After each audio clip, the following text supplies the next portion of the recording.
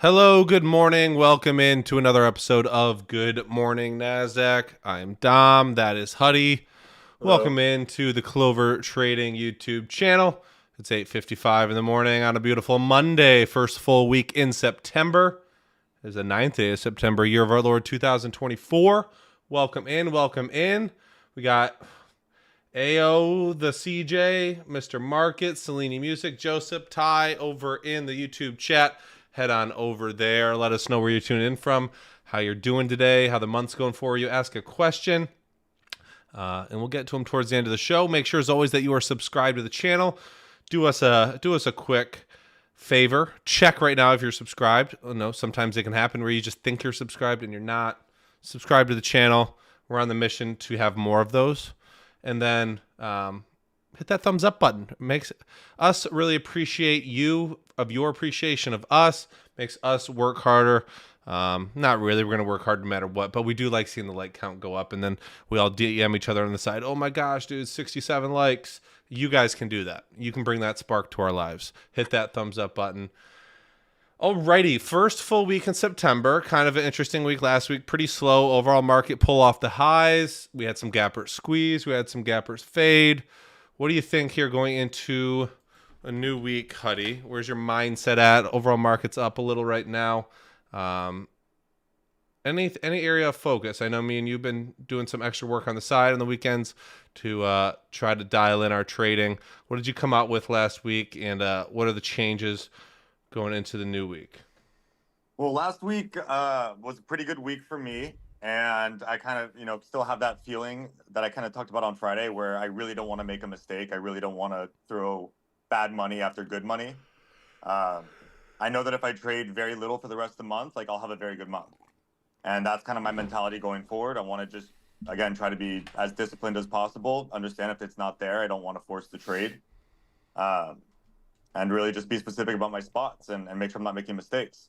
And with that in the back of my mind, I think it can be a really good month and without a lot of trading. And that's kind of my focus right now, especially, as we get out of September. Very nice. Yeah, it wasn't a ton of opportunities last week from the daily chart perspective. Had a couple for screen days work nice. I think we had BOF breakout. Towards the end of the week, it seemed like things simmered down a bit. We had WHLR go from being an inside squeezer on Thursday to gapping up huge Friday. Ended up kind of trapping and squeezing a bunch of times. Never really got to a full squoze. Only broke highs by like $1 or $2 each time. And then even the last one into the close ended up fading in after hours all the way back down to the 7. So something to keep an eye on the rest of the week. But yeah, it's September. It's still not the hottest period yet here, moving into the fall and winter. But if the opportunities are there, I want to be aggressive. If they're not, I want to do something else with my life. So that's kind of the motto for the new month. Get back on track and stick to the system. Coming into this morning, only have one gapper up 92%. The rest are kind of under in the 60s, 50s, or 30s. So definitely talk about SINT.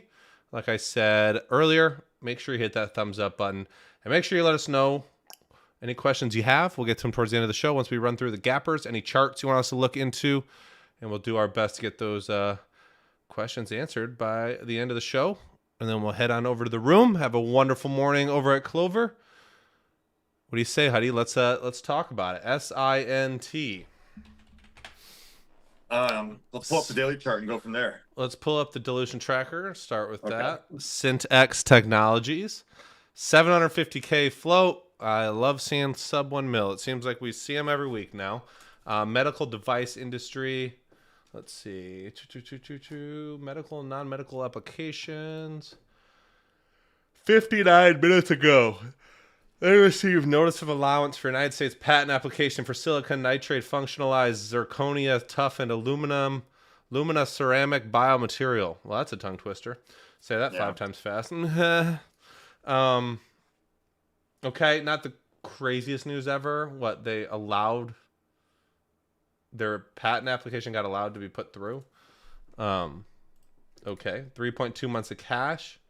Overall risk is medium. Overall offering ability is low. You see anything in there that tickles your fancy? From what I see and from my look this morning, I don't see anything that really strikes me as like a huge red flag. So yeah. They got a bunch of stuff they've done, but there's nothing there anymore. All right, let's go over the daily chart for SINT, one that I feel like we've traded in the past, looked at in the past, has gone on some decent runs here, 8 to the 45. I got to imagine there was a reverse split done in the last year. Yeah, so I think this stock ran with FFIE. I think it was like 0.05 cents. It was, yeah, this was like a 9-cent stock or a 5-cent stock right here. Yeah. Was it a So we Billy have a Boy little bit of too? history here. It's a former runner. Has a history of having kind of like that strong green day, gapping up into a second day and failing. Just kind of that look. So here we are getting the repump, months later down the line after they've done a reverse split. And they haven't really, as far as I can tell, done any dilution. So it's kind of still like the chart kind of is more fresh to me than otherwise. Okay. So with this being a reverse split, I mean, gosh, the actual number had to have been like basically a penny pre-split, like down there at $3. You care about any of this previous resistance overhead? Just treating it like a decent gap, we're up 95%. Are you worried about the 750K float? Yeah, I mean, I am worried about the float. I'm worried about the fact that it's had a decent run in the past, and traders might, kind of flock to this ticker's name. For those reasons, I'm like anti-short probably, and I could see it spiking, right? I could see it having a day two, but I could also see it, kind of being left for dead, and it has had this big run, and there are bag holders in this stock, and now that we're gapping up into higher levels, people might want to get out of their positions. So I can probably write the story or the case for both sides, long and short. So for those reasons, like any kind of 50-50 notion, I don't really want to trade something like that, just personally. Yeah, we've seen a lot of low floats, like super low, micro, nano, very small floats recently, and it's been kind of hit or miss. I think the one we had last week was Wint, something like that. Similar one, similar ticker name with a W. And that faded all day on a much different daily chart. Obviously, Well, a much different fundamental picture on that one. yeah. What was Wheeler's float? Really low. 1.5. Yeah, so low float could be hot for a short period. We will see. We won't know until we know. But as we always say with tiny floats, regardless if you are long bias or short bias, don't believe and get the false narrative that you are immune to slippage. You can get halted on either direction. You can lose over $1 more. It can cost you more than 1 hour. Not to say don't trade this if you don't have an edge on it, but just want to friendly reminder that when you have floats under a mil, this is almost $6 a share. Like it can move quite quickly. It can skip dollars. And even if you might be right on the overall direction, you might take a bigger than expected loss just because the moves could be pretty violent. So let's see here. Let's take a look at the intraday real quick. Pretty nice trend since the last hour when the news came out. Moved from the 280s to the 6s and got some wicks to the downside towards 5. And looks like it's curling and going to test the high day here soon. So pretty nice setup so far. Consolidating near the highs. We'll see where it's at in the next 27 minutes into the open.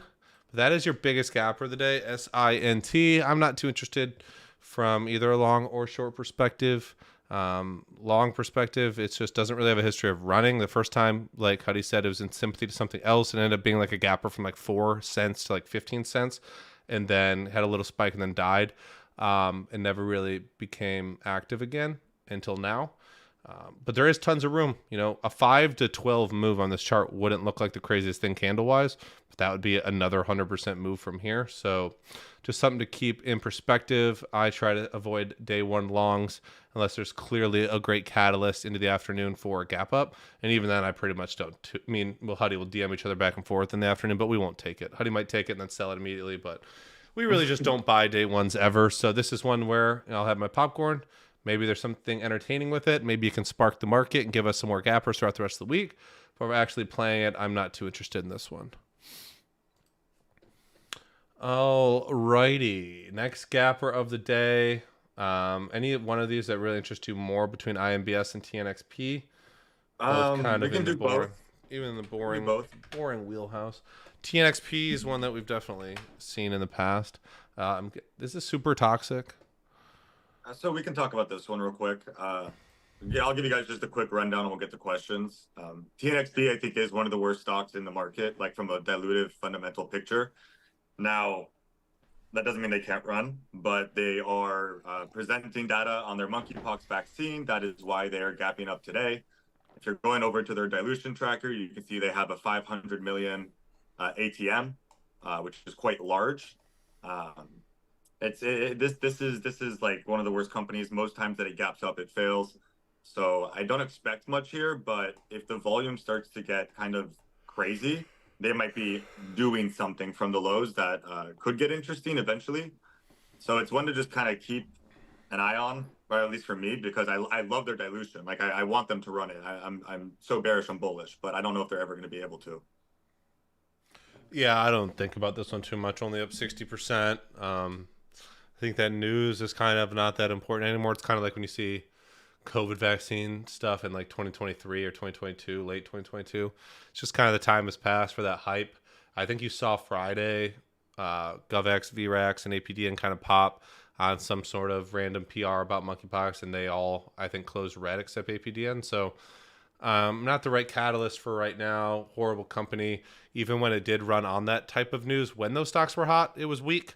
So Even if it does reverse psychiatry, like Huddy's saying, I don't know. I mean, I'm not going to bet on that with my own money. So maybe it's the thing here is just to acknowledge that it is in the monkeypox sector and tuck that somewhere in the back of your mind. And diseases are like they're viruses, right? They can spread, and if it ever comes back in that kind of way, you know that this is part of that watch list, and you can make a decision from there. yes, yeah, 22 cents. Gosh, I mean, this is insane. It ran to 80s. I remember that day with monkeypox, and since then it has literally gone down like 70%, even lower. So buried in resistance. Anyone who bought it up here, 35 cent plus, is underwater. I don't have high hopes for this. Would I love to be proven wrong and see this go to $1? Yes. But won't be doing anything with it today. That is Tonix Pharmaceuticals Holding. The other one I mentioned was INBS, correct? Another one that I feel like I remember. Intelligent Biosolutions. Okay, this one's kind of an interesting daily chart. It's kind of a day 2 of sorts. Let's take a look here. 3 million float, diagnostics and research. 37 minutes ago, they announced preliminary full fiscal year earnings. And 4 days ago, they also had some sort of random PR that they are progressing towards completion of clinical study plan required for FDA 510K submission. Congratulations on that, guys. That's huge. 7 months of cash left. Anything in the dilution that perks your ears and wets your beak? When I looked at it earlier, not really. I think there was some stuff in the fours from what I saw. Yeah, in the fours, and we're just nowhere near those prices right now. So nothing that really, again, wets my beak, as you would say. What was this one doing earlier this year? I remember Had what it was some doing big earlier. volume runs that topped out in the 7s and topped out in the 12. I feel like we've traded this one. We have. I'm just double checking, but I think this one kind of lives on a do not trade list for me because it's my two biggest, like, top 5 biggest losses of the year. When was this? Early February? Yeah.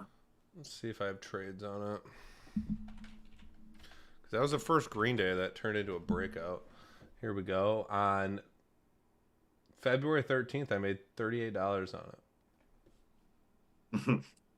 It had to have been back. Oh, so the backside of this run here. So Yeah. I avoided both times. It looks like I didn't participate in this breakout or this bounce day. So I've been squeezed on a day 1 on this one. I think it was right after they did earnings. They, had a reverse split. They did some earnings. I think I got squeezed on that and took a pretty big rip.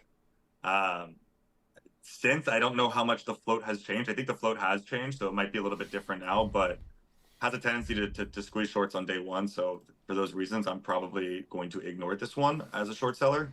And again, I don't buy day 1, so just because I'm not shorting doesn't mean I'm long in it either.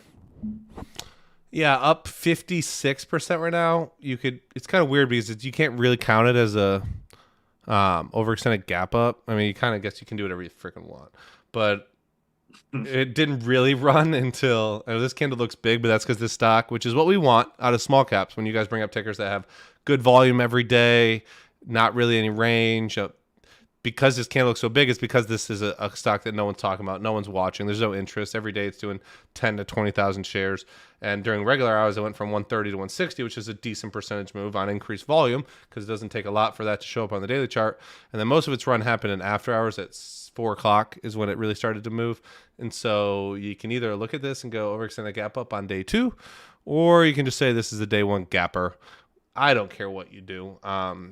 But only up 54% no matter what. So in a perfect world, I would like for this to come into my trap and go to 4 or 5 today, continue higher, continue this run. We're only up from the 120s to the 240s right now.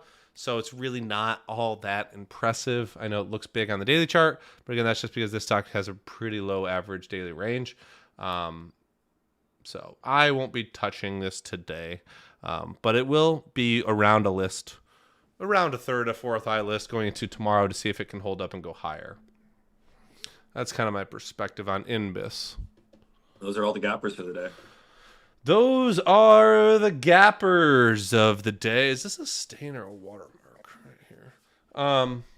Ty says BLMZ able to get back to the 2s pre-market. Nice squeezer. That'd be great if this could turn into a little 3-day breakout. It's the type of daily chart I'd be interested in just because 3-day breakouts have worked, the T+1 stuff, as well as there's not really any resistance overhead here. So this is, and it's one that proved on Friday, it can go straight up for like 2 hours at a time. And that's the type of stock I want to be long for breakouts, is ones that have proven to be really strong for long stretches. So this will be on watch. Now, I know Kyle had it on his watch list as a short, I believe, if it spiked into the 2s. I ain't about that life. That's not what I do. I'm not a professional short seller. But I would pray that it holds up for a potential play down the line. So that's nice to see as well. 130 of you watching, only 43 likes. I don't know what the discrepancy is there, but can some of you volunteers tribute? Get that number up to 50. Really does help the channel. I don't know how it helps the channel, but it makes us feel good. And like I said earlier, that's really all that matters. Someone said, good morning, Lions fans. Big win for the Lions last. Okay, it's not really a big win because NFL, no win really matters. But they beat Huddie's team, which is a big win for me. And I didn't watch it, but I know that makes him sad. Someone said, go Pack, go. Ew, Green Bay is gross. Lace and Wheeler on watch for first red day. We talked about WHLR. Really nice multi-day move, a Thursday to Friday, up from $1 towards 12. And down 20% already. So we kind of have an overextended gap down. But as overextended gap downs have been over the past year, it feels like if it is an overextended gap down, it's probably too far gone. And not saying that this is. I still think there's a ton of room for downside here. But this is on watch for a first red day for me as well. They also put LASE. Huddie, I don't know, used to be a resident short seller in house. What are your thoughts on why you wouldn't trade this one?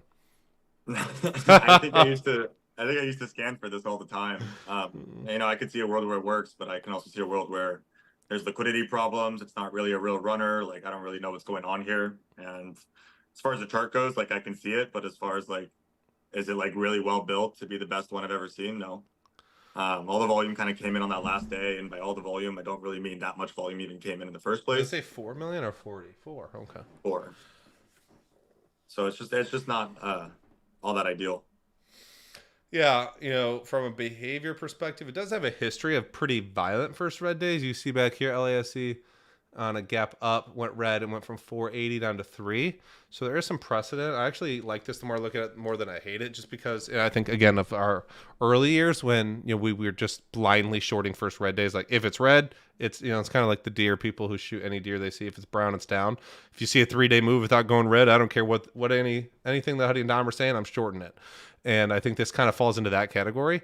And it does have a history of a decent first red day. So up around 100% at this point, a little more at the top of the run. So I think there's enough there to warrant a trade. But volume would be my concern, because if you short, then we kind of see this too with a lot of these plays where it goes red, you get short, you get decent risk reward, there's room for it to fade, and then all of a sudden 3 minutes go by and it hasn't printed. And that can certainly happen. And then, our early sells would have just hodled till our stop gets hit, but that can be quite annoying as well. So interesting look here on LASE. kind of 50-50 on whether I would be interested or not, but I definitely see the merit there.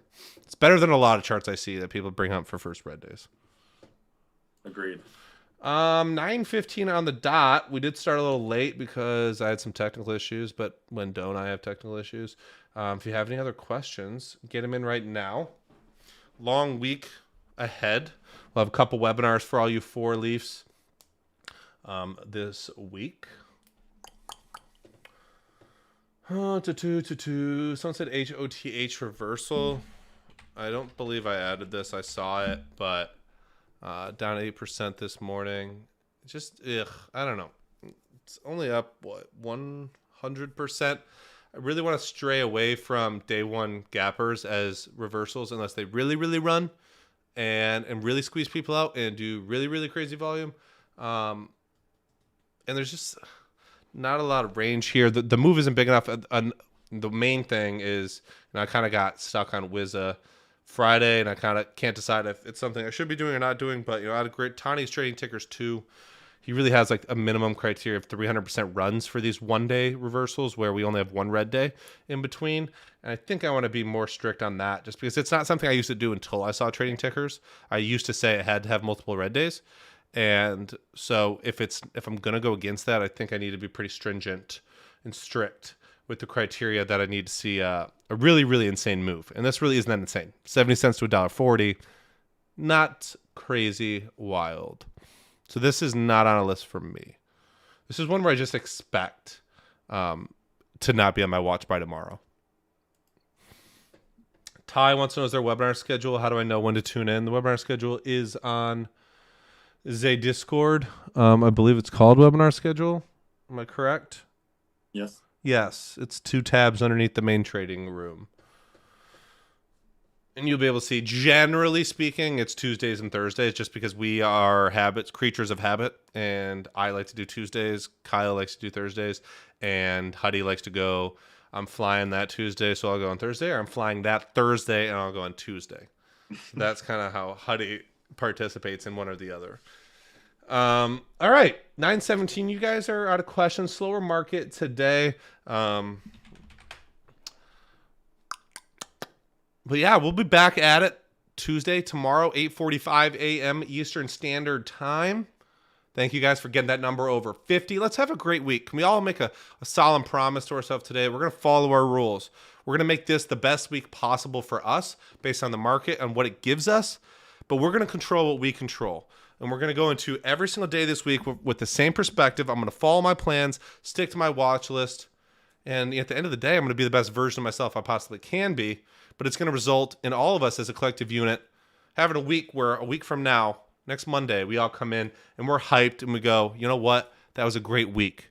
Thank you, Dom, for reminding me here at 9:18 a.m. last Monday, which will be today in the future, but now. All right, everybody, have a wonderful, wonderful start to your week. Huddie, I hope you have a great day. I'm sure I'll chat with you the rest of the day as well. But yeah, let's get after it. Let's get with it. And we'll see you guys tomorrow morning right here on the Clover Trading YouTube channel.